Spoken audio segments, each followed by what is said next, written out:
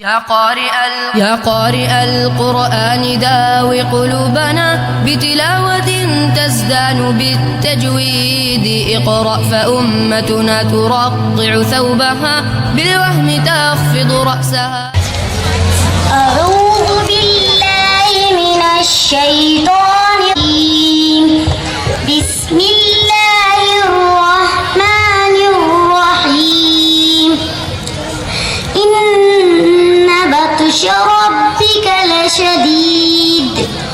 إنه هو يبدئ ويعيد وهو الغفور الودود ذو العرش المجيد فعال لما يريد.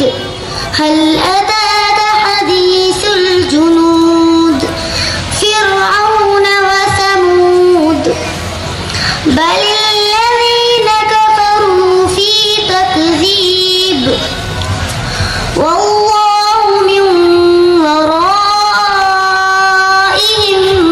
محيط. वल्लाह अल्लाह कलाम क्या होगा? क्यों? लफ्ज़ अल्लाह कलाम से पहले ज़बर है इसलिए लफ्ज़ अल्लाह कलाम पुर होगा। म्यूंगा क्या होगा? इल्गाम मअल गुन्ना होगा। क्यों? नून साकिन के बाद हुरूफ़ यौमिन में से वाव आया है इसलिए इल्गाम मअल गुन्ना होगा। वराई कौन सा मद होगा? मद्द मुत्तसिल। दूसरा सवाल इन्न लिल मुत्तकीन मफाजा।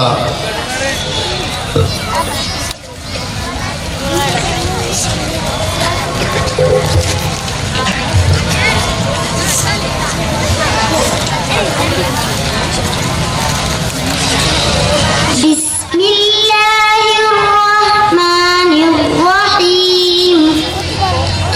इन्न लिलमुत्तकीन मफाजा हदाइक़ व अअनाबा व कवाइब अतराबा व कअसन दिहाक़ा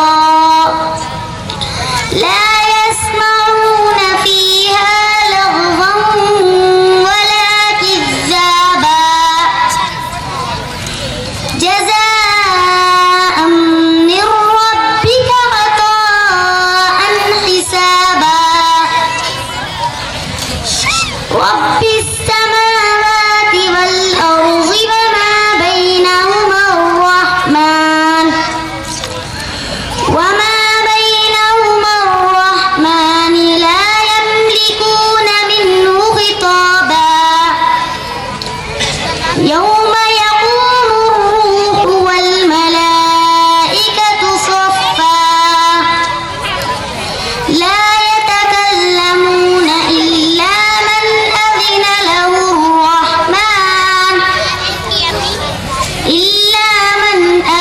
له الرحمن وقال صوابا.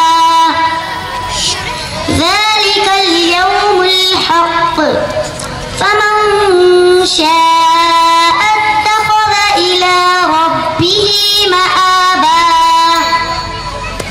फमन शाह इख्फाए हकीकी। क्यों? नून साकिन के बाद हुरूफ इख्फा के 15 हुर्फों में से शीन आया है इसलिए इख्फाए हकीकी होगा। इला रब्बी रा क्या होंगी? पुर। क्यों? रॉ पर ज़बर है इसलिए रॉ पुर होगी। राय साकिना से पहले जबर हो तो रा क्या होती? पुर। और जेर हो तो?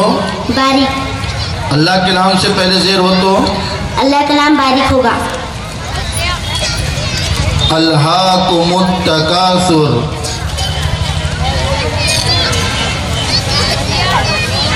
बिस्मिल्लाहिर्रहमानिर्रहीम।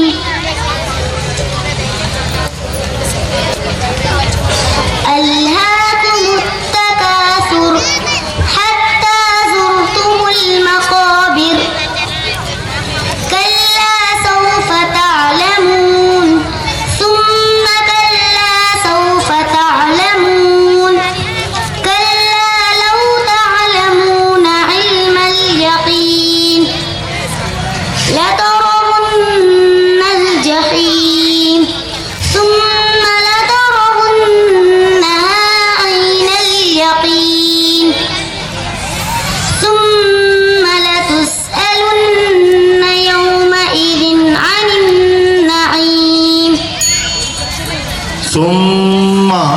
होगा?